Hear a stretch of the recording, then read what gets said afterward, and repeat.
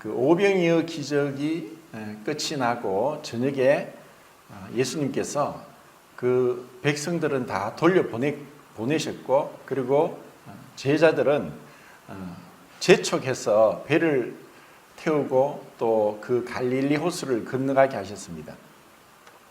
그렇게 하신 이유는 예수님께서 가장 즐거이 행하셨던, 습관적으로 행하셨던 아버지와의 기도하는 시간을 갖기 위함이었습니다. 아무리 바쁘고 또 피곤한 중에서 예수님께서 습관적으로 하셨던 것이 바로 기도였습니다.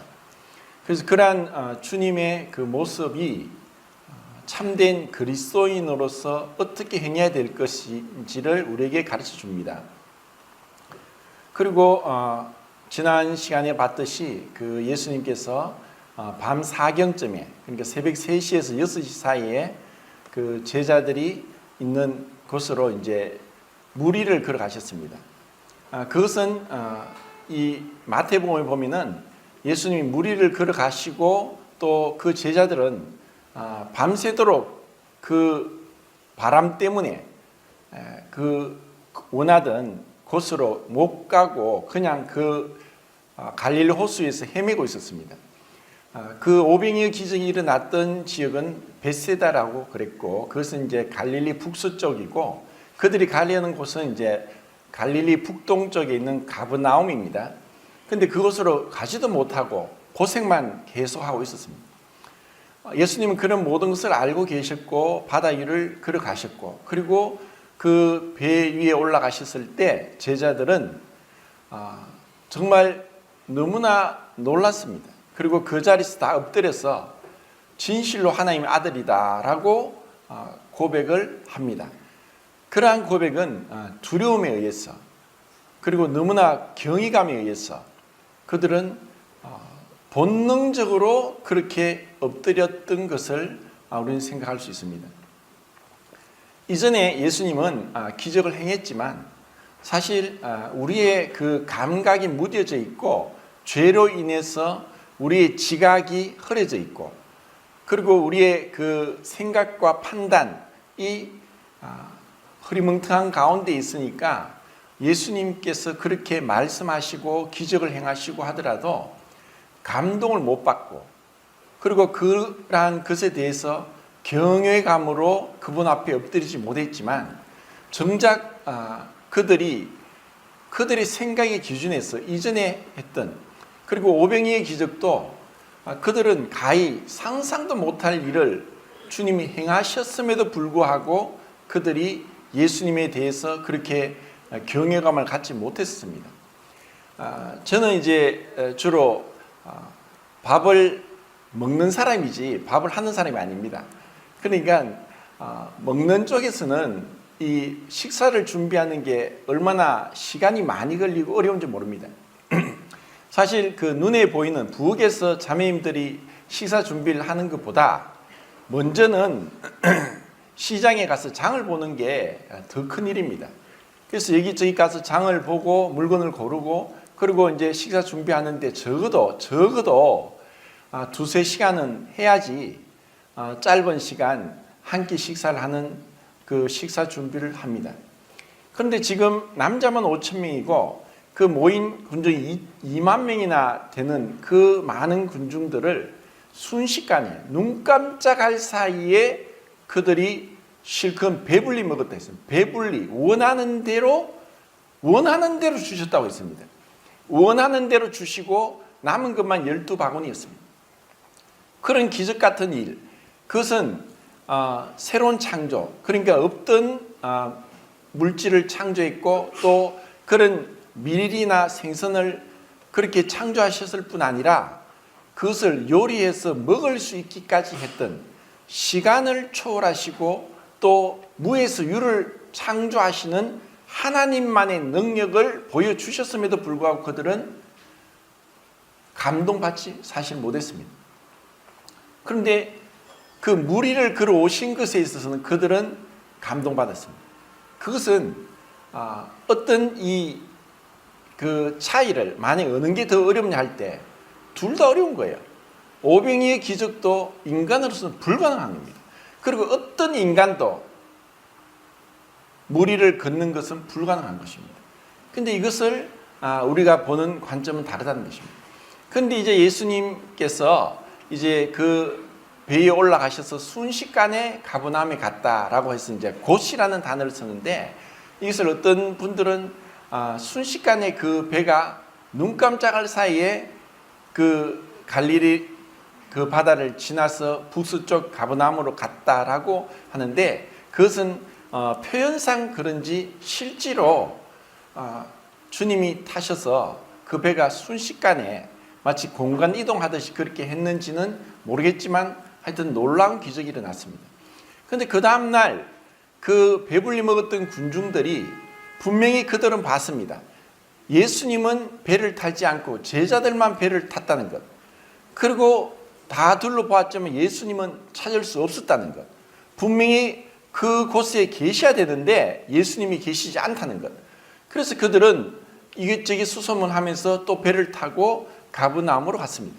그 가버나움은 주님이 이제 마태복음 4장에 보면은 나사렛 회당에서 그 이사야 말씀을 피시고 그 말씀이 너희 이루어졌다라고 하시고 이제 가버나움에서부터 이제 사역을 시작하시는데 그곳에 이제 자주 가셨습니다. 그리고 마태복음 11장에도 또 14장에도 이 가버나움이란 그 동네 이름이 나옵니다. 이제 그들이 이제 예수님을 가버나움에서 만나서 이제 25절에 첫 번째, 이제 8가지 질문 중에 첫 번째 질문을 합니다. 랍비여, 언제 여기 오셨나이까? 랍비여, 언제 여기 오셨나이까? 자, 우리가 이 질문을 생각하면은 우리는 이제 만약에 이런 사람들을 봤을 때 어떻게 이들을 평가하겠습니까? 야, 이들이 참 믿음이 좋다, 열심히 대단하다. 그 많은 사람들이 다 배불리 먹고 오병이 기적을 체험하고서도 그냥 돌아갔지만 이들만은 예수님을 찾기 위해서 수소문을 하고 또 배를 타고 이곳까지 왔으니까 그들의 믿음이 얼마나 놀랍고 대단하냐 하는 것을 우리는 생각할 수 있습니다.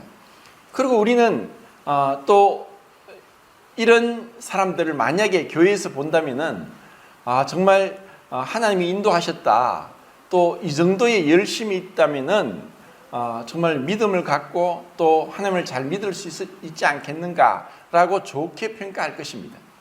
그런데 예수님은 그들이 질문에, 그들의 외모에, 그들의 어떤 겉으로 보이는 열심과 그리고 어떤 충성심에 속지 않는 분이시라는 것을 알 수 있습니다. 예수님이 26절에 말씀하십니다. 너희가 나를 찾는 것은 기적을 본 것이 아니요 기적을 본 것이 아니라 떡을 먹고 배부른 것이로다.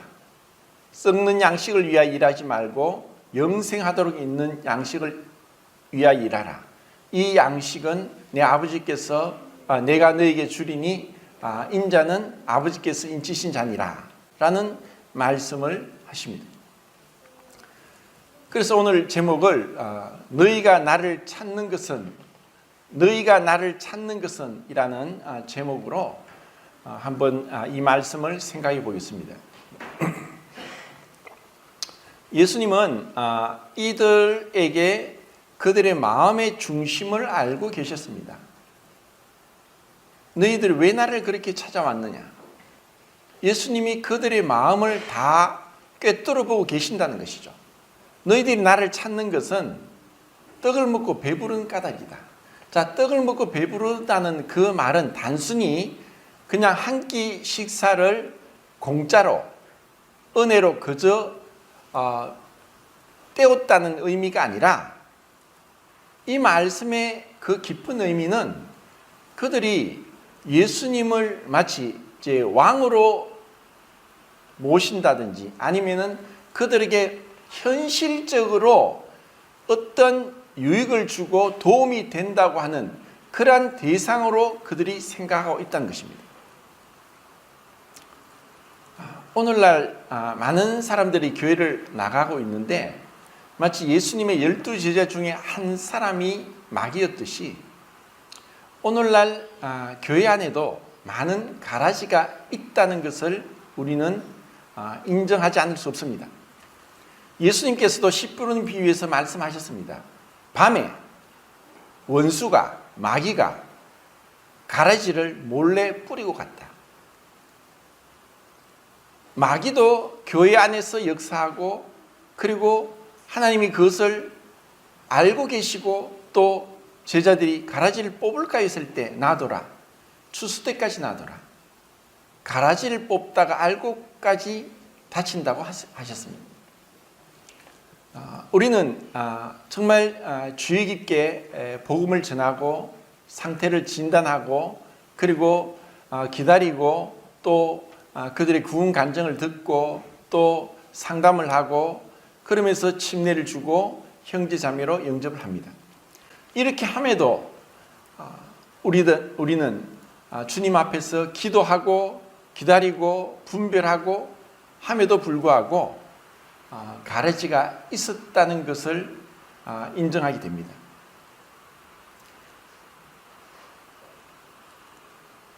왜 그들이 교회를 떠났을까? 왜 세상으로 돌아갔을까? 왜 그들이 처음으로 다시 돌아갔을까? 분명히 교제를 하고 간증을 듣고 했을 때는 분명하게 구원받은 증거를 우리가 보았지만 그들은 그냥 돌아갔습니다.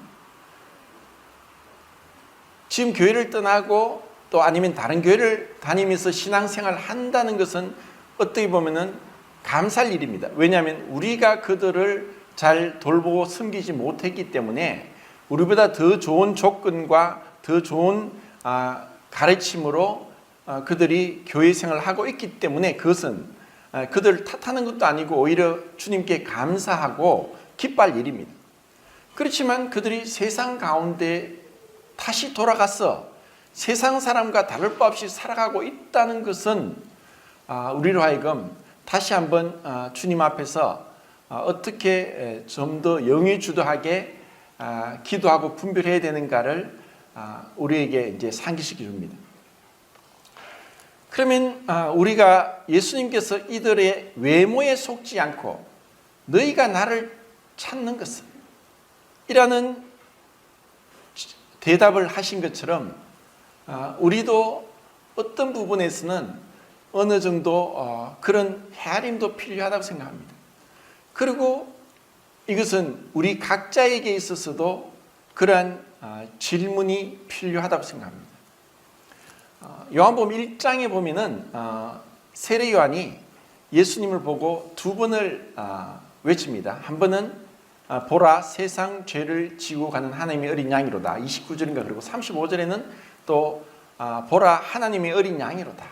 그랬을 때 세례 요한을 쫓던 두 제자 중에 이제 한 사람은 이제 베드로의 그 동생이 안드레라고 이름을 이제 밝히는데 그 두 제자가 세례 요한이 보라 하나님의 어린 양이로다 하는 그 메시지를 듣고 예수님께 갔습니다. 그때 예수님이 그 두 제자에게 뭐라고 말씀하셨습니까? 그래 잘 왔다. 잘 왔다. 그래 세례 요한은 내 앞길을 밝히는 선구자이지 참 빛이 아니다. 그래서 내가 참 빛이다. 그래서 나를 따라오너라 라고 말씀하시지 않고 예수님은 그들에게 심중을 꿰뚫는 질문을 하십니다. 무엇을 구하느냐? 무엇을 구하느냐? 주님이 그 안드레와 그 다른 제자에게 그렇게 말씀하셨듯이 우리에게도 그렇게 말씀하신다고 생각합니다. 내가 왜 주님을 믿지? 내가 주님을 믿는 이유는 흔히 우리들 속셈을 알 수 없다 그러는데 속셈, 그 마음의 깊은 동기, 마음의 동기가 무엇인가? 우린 다 믿고 있죠. 그런데 그러면은 내가 믿고 나서 교회 생활하는 중에 뭐 이것저것 맡아서 하고 있습니다. 이것도 하고 저것도 하고 또 교회에서 많은 일들이 있습니다. 그런데 그런 일들을 하는데 우리는 그러한 일을 하면서 주님 앞에 자문할 수 있습니다. 내가 왜 이런 봉사를 하지? 자, 예수님이 그 제자들에게 무엇을 구하느냐 했을 때 그들이 뭐라고 대답했습니까? 지금 6장에서는 랍비여 언제 여기 오셨나이까? 그들은 오병이의 기적을 보고서 그분의 능력을 알아봤습니다. 그리고 분명히 예수님이 배를 타고 가지 않았다는 것을 그들이 보았고, 그리고 배가 여전히 빈 배가 있었는데 예수님이 언제 여기 왔는지를 그들은 궁금해했고 정말 알고 싶었습니다. 언제 어떻게 여기 오셨나이까? 정말 그들이 생각할 때는 예수님이 무리를 걸어가셨다는 것, 그리고 밤새도록 아버지와 기도하면서 교제하셨다는 것에 대해서는 가려져 있습니다. 그들은 그걸 못 보는 거예요. 그냥 표면적으로 드러난 예수님께서 기상천외한 방법으로 여기에 제자들과 함께 그 갈릴리 바다를 건너셔서 오셨다는 것이 궁금했던 것입니다. 그래서 랍비 언제 여기 오셨나이까? 라고 질문했던 것입니다. 그런데 1장에서 그 세례요한의 두 제자는 무엇을 구하느냐는 질문에, 예수님의 질문에 그들은 이렇게 답변합니다. 38절입니다. 랍비여 어디 계시오니까? 이 답변은 참 우리로 하여금 생각나게 하는 그러한 대답이라고 생각합니다. 랍비 어디 계시오니까? 흔히 우리가 예수님의 복음을 전하고 믿는데 왜 그들이 예수님을 믿고 구원 간증을 하고 침례도 받고 또 떡을 떼다가 예배를 드리지 않나? 왜 교회를 나오지 않는가? 분명히 우리는 분명하게 예수 그리스도의 복음, 행위가 아니라 율법이 아니라 은혜로 거저 얻는 하나님의 선물인 복음을 전했습니다. 이것은 우리에게 말할 수 없는 기쁨이요 그리고 찬양의 제목입니다. 그런데 이것은 한편으로 방자하게 하고 방만하게 할 수 있는 그러한 은혜의 복음입니다. 이것을 로마서에서 바울이 잘 얘기하고 있습니다. 그래, 죄가 넘친 곳에 은혜가 넘쳤으니까 우리가 죄를 더 지으리요? 죄에 거하겠느냐? 올바른 복음이 전해진다면 항상 이 질문이 나오는 것이 당연합니다. 그래, 이제 은혜로 구원받았지. 행위로 구원받은 게 아니니까 내가 지금 죽어도 천국 가고 내가 무엇을 하든가 천국 간다는 것을 우리는 이 성경에 나오는 은혜의 복음, 예수 그리스도의 복음을 통해서 전합니다.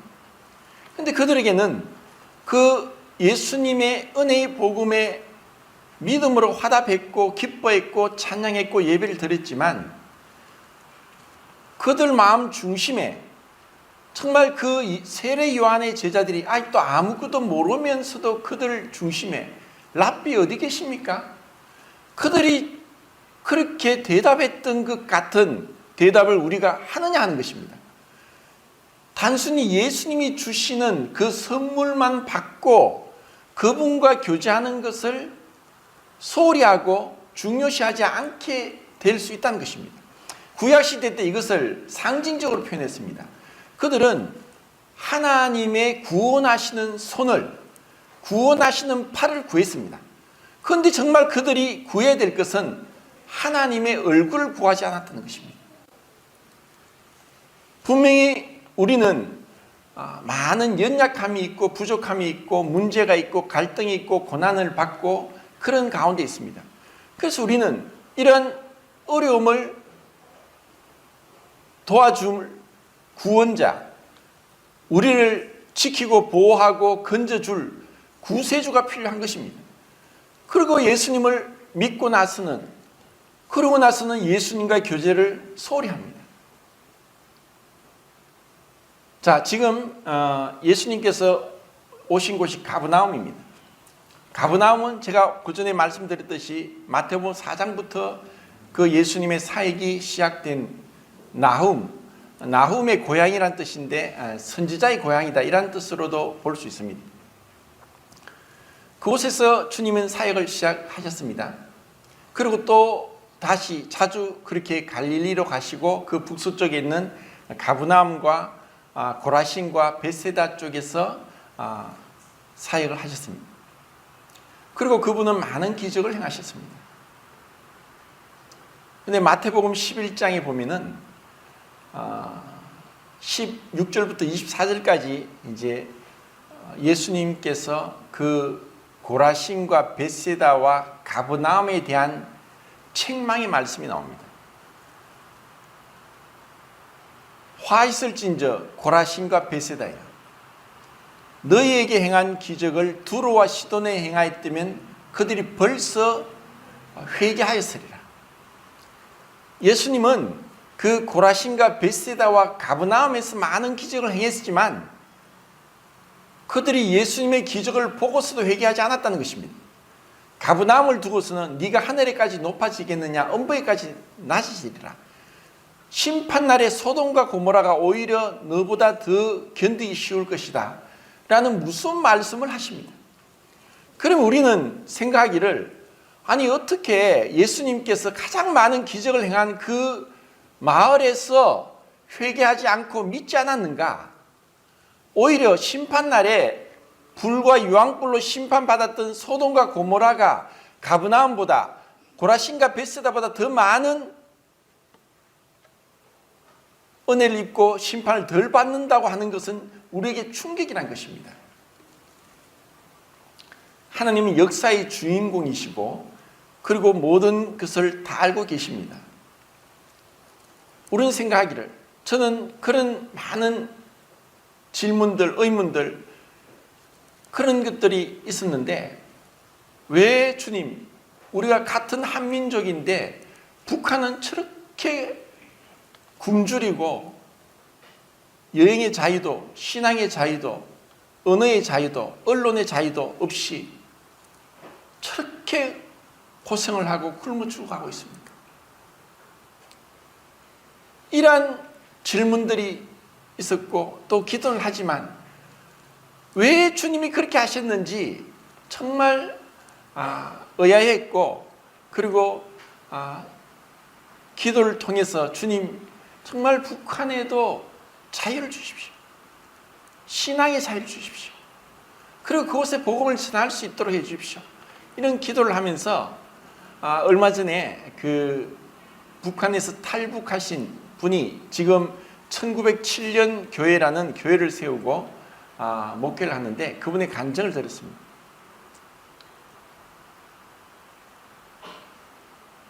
성도님들, 북한에 지금 교회가 있겠습니까? 북한에서 예수님을 믿는 사람이 있을까요? 있다는 것입니다. 이 탈북자 분이 이름이 김북한 목사님입니다. 이분이 3대째 4대째 기독교 집안이래요.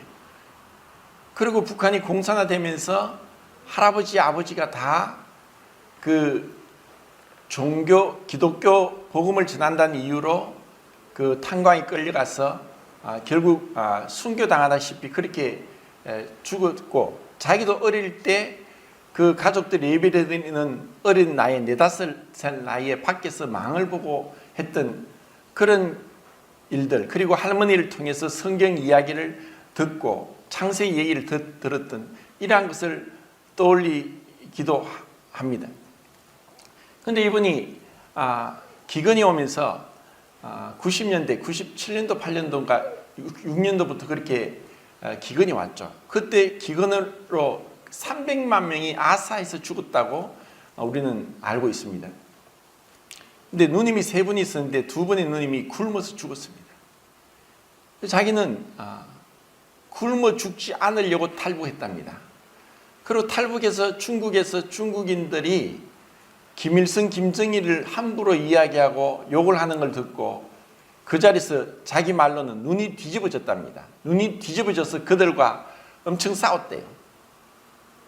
그러면서 시간이 지나면서 북한은 공산주의 국가가 아니라 김일성 종교 국가라는 것을 알게 됐답니다. 북한에는 어릴 때 아이들이 태어나면 타가소에서 기릅니다. 어릴 때부터 그들이 교육받는 것은 밥을 먹을 때나 옷을 입을 때나 무엇이든지 다 그것은 김일성 아버지가 주셨다고 얘기를 해야지 밥 먹고 옷을 입습니다. 어릴 때부터 교육을 받기를 김일성이가 다 준다고 그렇게 교육받았기 때문에 결국 공산주의 국가, 주체 사상이 아니라 김일성이가 하나님 자리에 올라가 있다는 것입니다. 김일성이를 하나님으로 믿고 있는데 어떻게 그들이 쿠데타가 일어나고 그렇게 반역이 일어날 수 있겠습니까? 하나님을 반역할 수 없지 않습니까?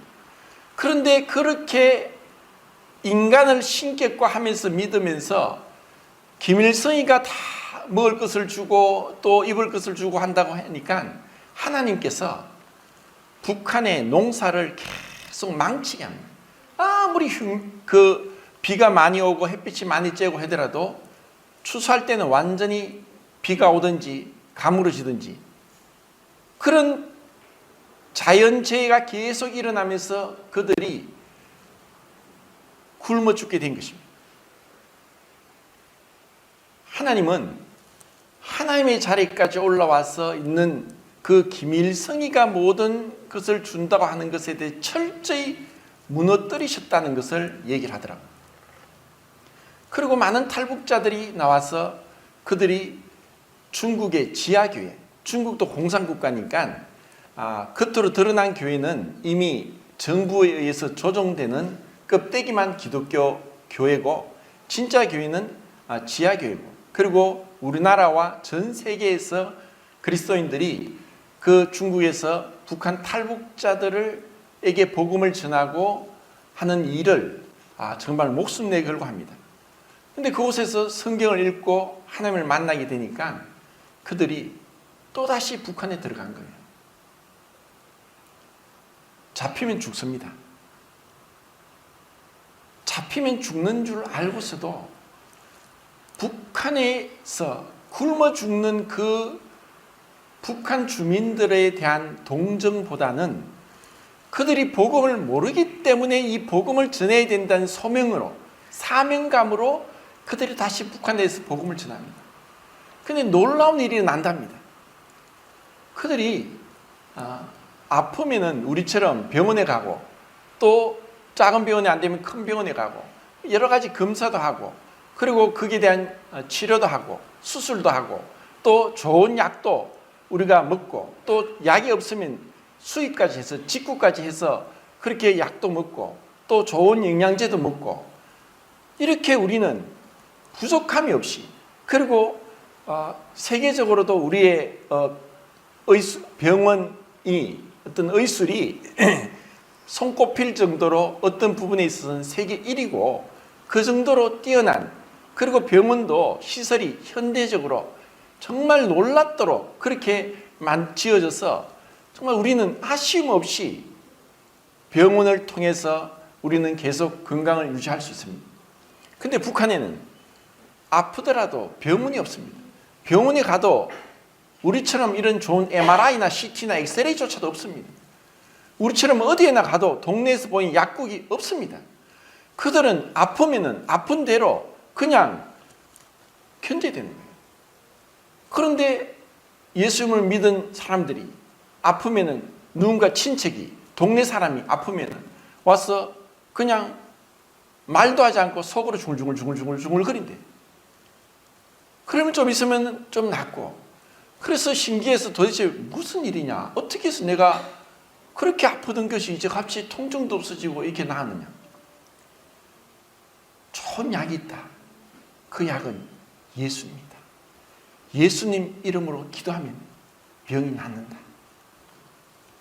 자, 하나님은 그렇게 역사하시더라고요. 그들은 아무것도 바랄 게 없어요. 김일성이가 다 준다고 하나님처럼 떠받들었지만 결국 그것은 새빨간 거짓말이었고 그들이 이제는 깨달은 거예요. 이제 예수님을 믿는 것은 생사를 오고 하는 것. 그들이 이제 예수를 믿는 것은 단순히 내가 병 고침을 받았다는 것이 아니라 예수님이 참 하나님이라는 것을 믿게 됐다는 것입니다. 하나님이 왜 북한을 70년 넘게 그렇게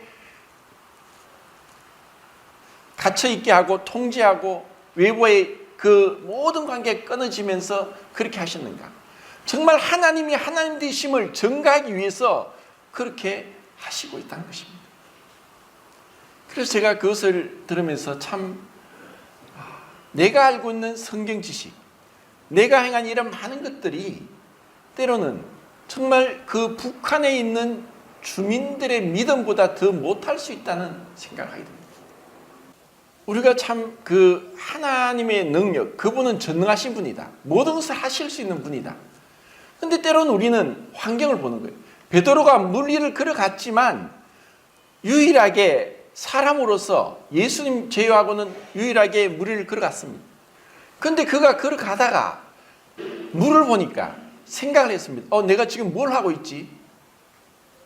어떻게 내가 물 위를 걸어가느냐는 생각이 들 때 그때 물에 빠집니다.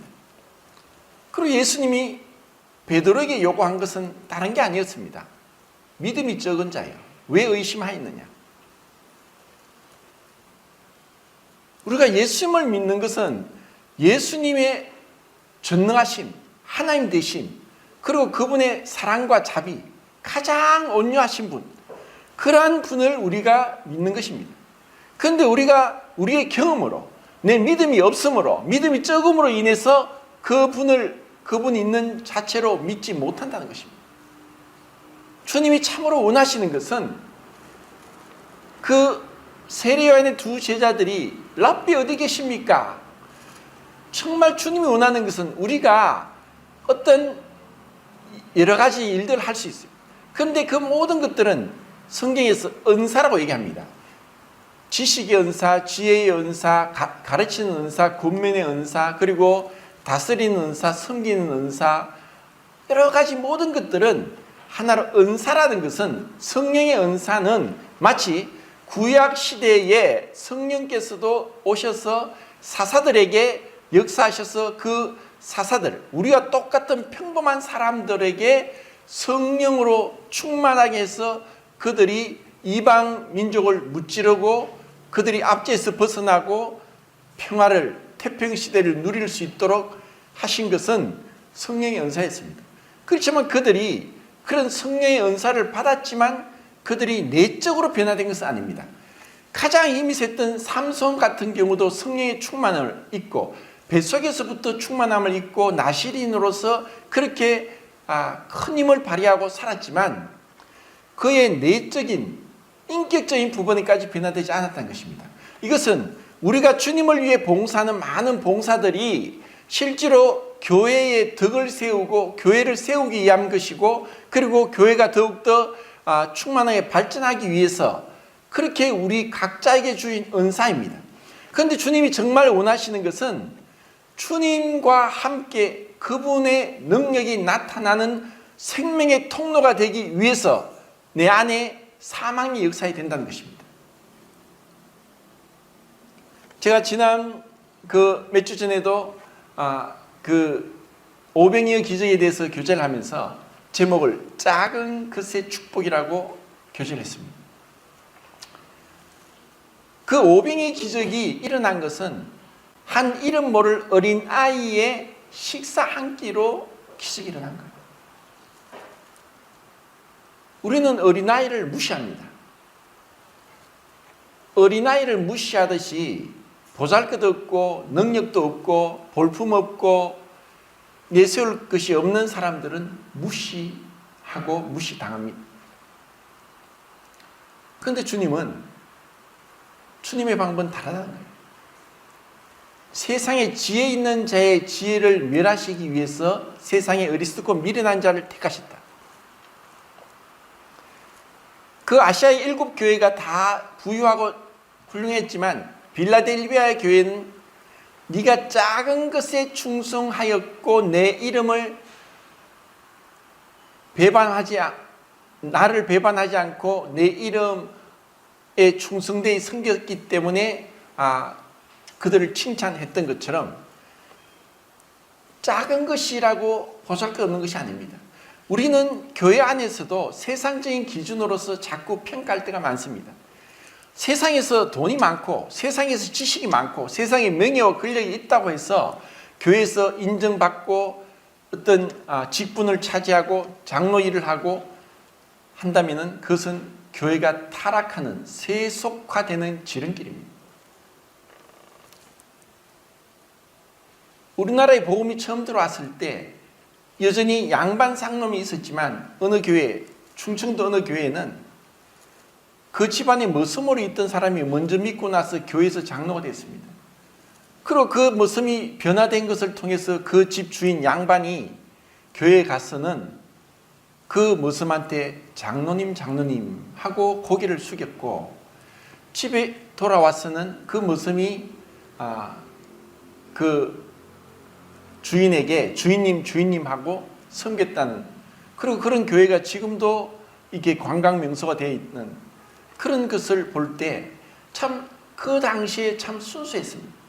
근데 지금 우리가 정말 좋은 예배당도 있고 또 정말 많은 교육을 받아가지고 흠잡을 데 없이 그렇게 좋은 설교도 하고 있고 하는 그런 교회라고 해서 더 부족하고 배우지 못하고 얼마 되지 않는 곳에서 수고하고 있는 그러한 교회를 평가하거나 깔보거나 할 수 없다는 것입니다.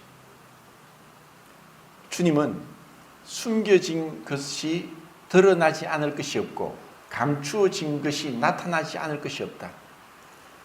주님은 모든 것을 그 마음의 동기까지 헤아리면서 우리를 판단하실 분입니다.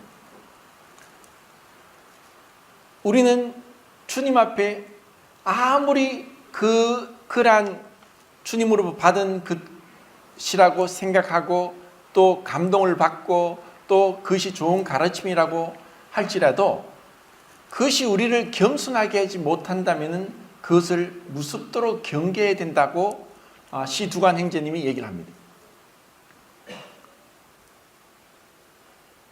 주님을 닮지 않는 것, 우리는 아무래도 육신을 가지고 있고 아직까지 성화가 된 점진적인 성화 가운데 있다 보니까 교회 안에서도 세상적으로 판단할 때도 있고, 그리고 어떤 교회도 우리가 생각할 때 그 교회 몇 명 모이냐? 그러면 우리가 그 질문을 하는 거나 질문을 받는 사람이나 우리 교회는 500명입니다. 우리 교회는 50명도 안 됩니다.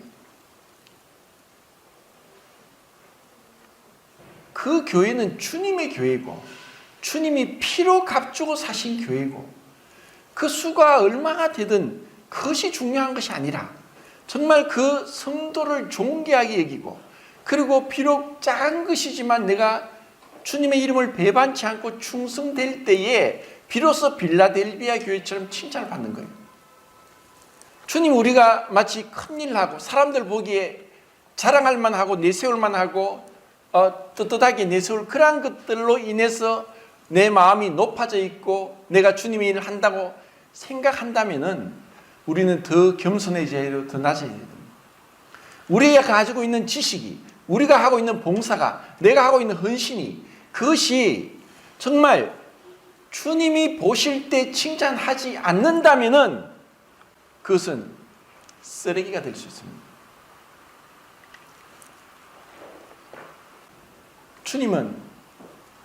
주님 당시에도 많은 부자들이 많은 헌금을 했고, 또 누가복음 보면 예수님을 누가 섬겼느냐? 많은 여자들이, 이름 모를 여자들이 자기 소유로 예수님을 섬겼습니다. 자기 소유로. 그런데 그런 예수님이 칭찬한 자는 과부의 두 렙돈이었습니다. 두 렙돈. 주님이 외모를 보시지 않는다는 것입니다. 외모로 사람은 평가하지만 주님은 중심을 보십니다.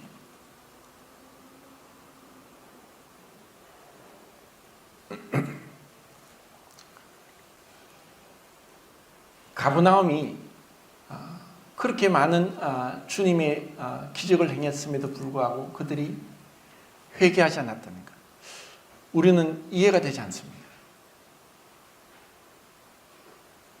그것을 제가 몇 년 전에 미얀마 갔을 때 그것을 한번 경험했습니다. 정말 너무너무 가난합니다. 제 어릴 때 60년대 그때 모습과 같았습니다. 도로도 포장이 되지 않았고 그냥 비가 와서 물웅덩이가 많아서 신발을 벗어 바지를 걷어서 그렇게 가서 고아원에 들어갔습니다.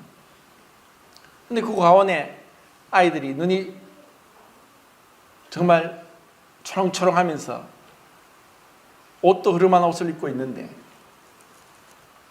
식사하기 전에 성경 암송을 합니다. 정말 목이 터지라고 암송을 하는 것을 들으면서 참 감동이 됐습니다.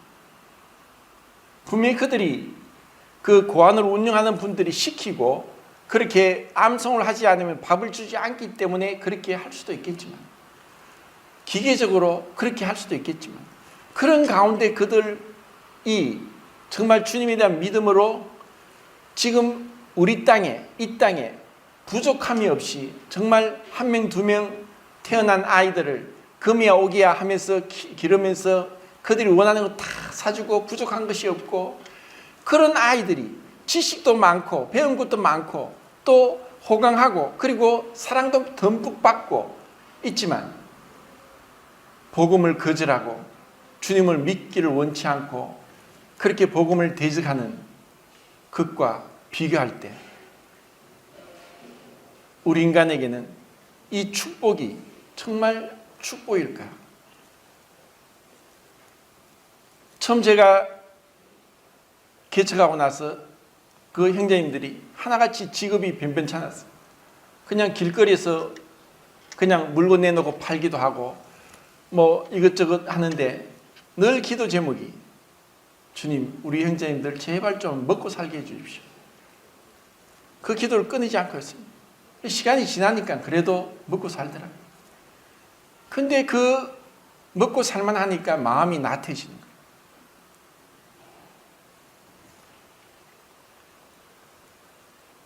때로는 우리에게 왜 이렇게 어려움이 있습니까?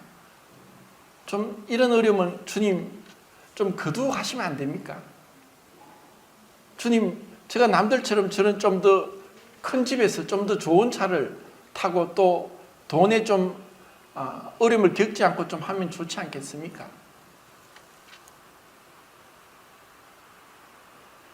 그런 은연중에 우리가 어떤 비교를 하면서 불평을 하고 원망을 할 수도 있습니다. 근데 정말 주님은 우리에게 가장 좋은 것을 주시는 분이다. 정말 주님이 우리를 낮추시는 것은, 이스라엘 백성들에게 너희를 낮추시고 줄이게 하신 것은 참으로 하나님께서 하나님 되심을, 그리고 모든 것을 주님이 주신다는 것을 알게 하기 위함이다. 그래서 우리는 그렇게 고백할 수 있어야 됩니다. 지금 이 환경이 주님이 나에게 가장 좋은 것을 주시는 거다. 그리고 우리는 정말 그 기도의 능력을 맛보아야 되고 주님을 바라보고 주님 앞에 아무 염려 근심하지 말고 너희 구할 것을 감사함으로 너희에게 아뢰라. 그리고 마태복음 6장 33절에 너희가 무엇을 구하기 전에 무엇이 필요한지 다 알고 계신다. 그러므로 너희는 먼저 그의 나라와 그 의를 구하라. 그러면 이 모든 것을 너희에게 다 하시리라. 예전에 한 형제님이 있었습니다. 그 형제님이 가정이 우선이고 두 번째 교회다, 그 말을 자주 했어요. 사실 그 말이 틀린 말이 아닙니다. 가정이 우선이고 그 다음에 교회다.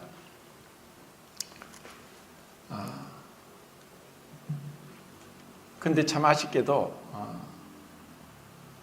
그 형제님이 갑자기 세상을 떠나게 됐어요. 많이 울었습니다. 왜 이렇게 갑자기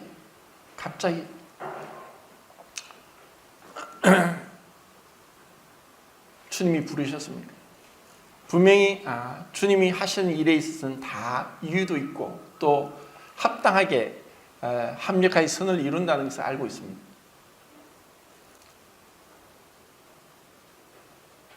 우리에게 정말 주님이 우선이냐? 지금 주님이 썩는 양식을 위하여 일하지 말고 영생하도록 있는 양식을 위해 일하라. 이 말씀을 하신 것은 일의 우선순위를 얘기합니다. 이 말씀이 아니 그 먹고 사는 거 다 제쳐두고 막 주님의 일부터 먼저 한다. 주님이 우리에게 필요한 것을 아십니다. 먹을 것이 있어야 되고 입을 옷이 있어야 되고 잠잘 집이 있어야 됩니다. 그리고 우리가 어떤 건강이 있어야 됩니다. 그런데 이러한 것들을 위해서 일하지 말라는 것이 전혀 육신을 돌보지 말라는 게 아니라 우선순위가 있다는 것입니다. 내가 주님보다 먼저 앞선 것은 우상입니다. 이스라엘 백성이 황금 송아지를 만들었던 우상을 지금도 우리는 만들고 있습니다. 가장 큰 우상은 자기 자신입니다. 내 자신의 생명조차도 우상이 될 수 있다는 것입니다. 자기 생명을 미워하는 자는 영생을 얻을 것이고 자기 생명을 사랑하는 자는 잃어버릴 것이다. 주님은 우리에게 정말 내가 가장 바라는 것, 내가 원하는 것, 내가 지금 찾고 있는 것, 내가 추구하는 것이 주님이라는 것을, 주님이 되어야 한다는 것을 우리에게 가르쳐주고 있습니다. 우리가 영생하도록 있는 양식을 위해 일한다고 하지만 그것도 주님께서 주시지 않으면 우리가 얻을 수 없는 거예요.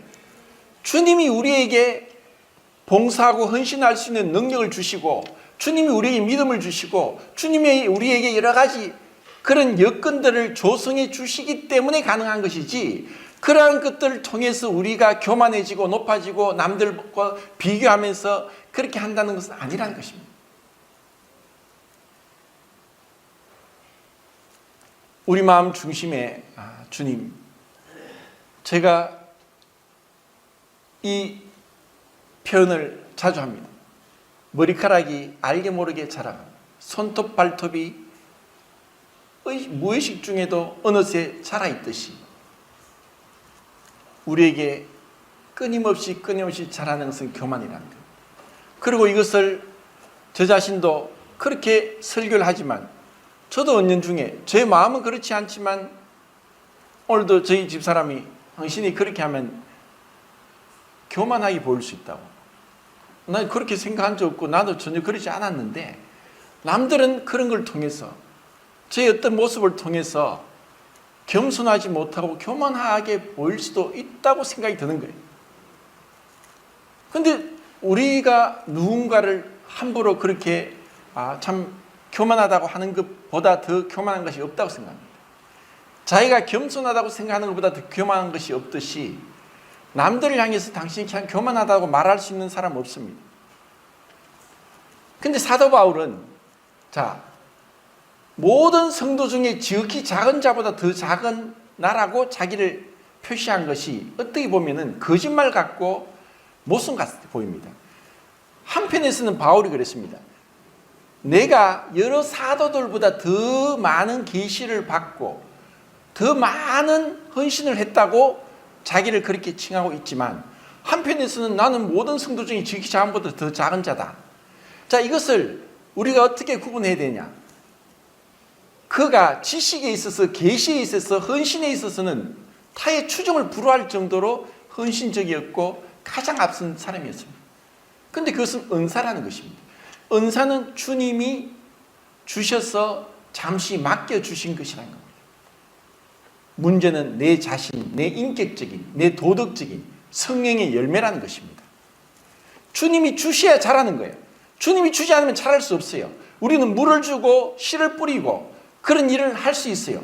그런데 정작 주님께서 그 마음을 움직이시도록 그러면 우리에게 그 능력이 없기에 우리는 단순히 주님 은혜를 구하고 주님께서 변화시키도록 그리고 그렇게 우리의 기도가 응답될 때 우리는 주님 제가 한 것이 아니에요.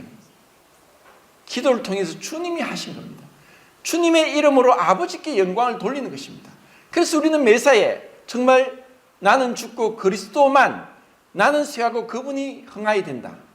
그리고 내가 영생을 얻는 양식을 위해서 일하지만 주님이 주시지 않으면 나는 얻을 수 없다.